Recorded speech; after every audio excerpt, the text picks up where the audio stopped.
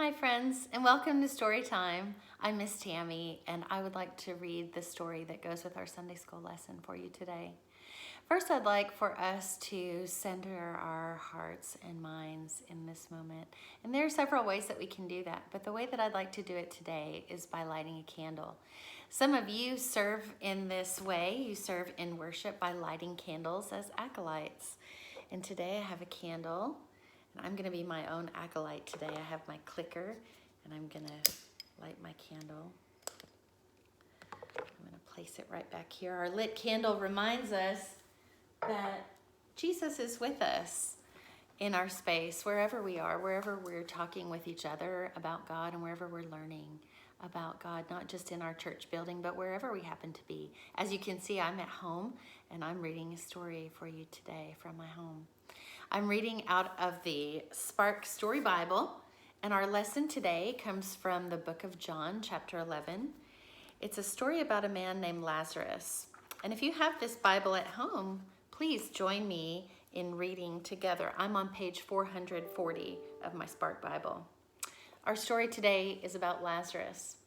3 of Jesus' good friends included a man named Lazarus and his sisters Mary and Martha.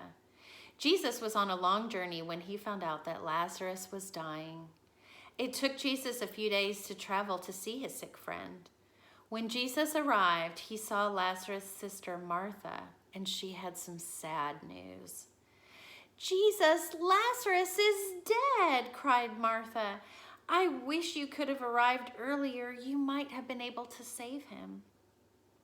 Jesus tried to comfort her. "Martha, do not be sad. Lazarus will live again." Martha believed what Jesus said. Then Lazarus' other sister, Mary, came to greet Jesus. She wished Jesus had come sooner too. "Jesus, if you had been here, Lazarus might still be alive," she wept. She also believed that Jesus could have healed her brother. Jesus was sad because Lazarus died too. He cried and cried. There's a picture. You can see their faces. Can you see they look like they're crying, don't they? They're very sad in that picture.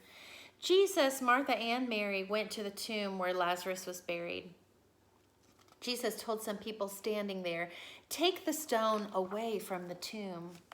The people were surprised at what Jesus said. Martha reminded Jesus that Lazarus had been dead for 4 days. They had already made his body ready for burial by wrapping it in special clothes. But Jesus knew what he was doing. He insisted that they open the tomb.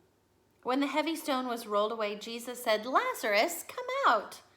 The people were frightened and amazed when Lazarus came out of that tomb. Since his hands and his feet were all wrapped up in burial clothes, the people had to help Lazarus. When the people saw Lazarus alive again, they laughed and sang and danced. Many people that day believed Jesus would bring new life to all people. You may be able to see the picture here. This is quite different from the first picture we looked at. Look at the faces here. It looks like people are laughing. Some of them are singing and dancing and laughing. And here's Lazarus. He looks happy too. He is alive again.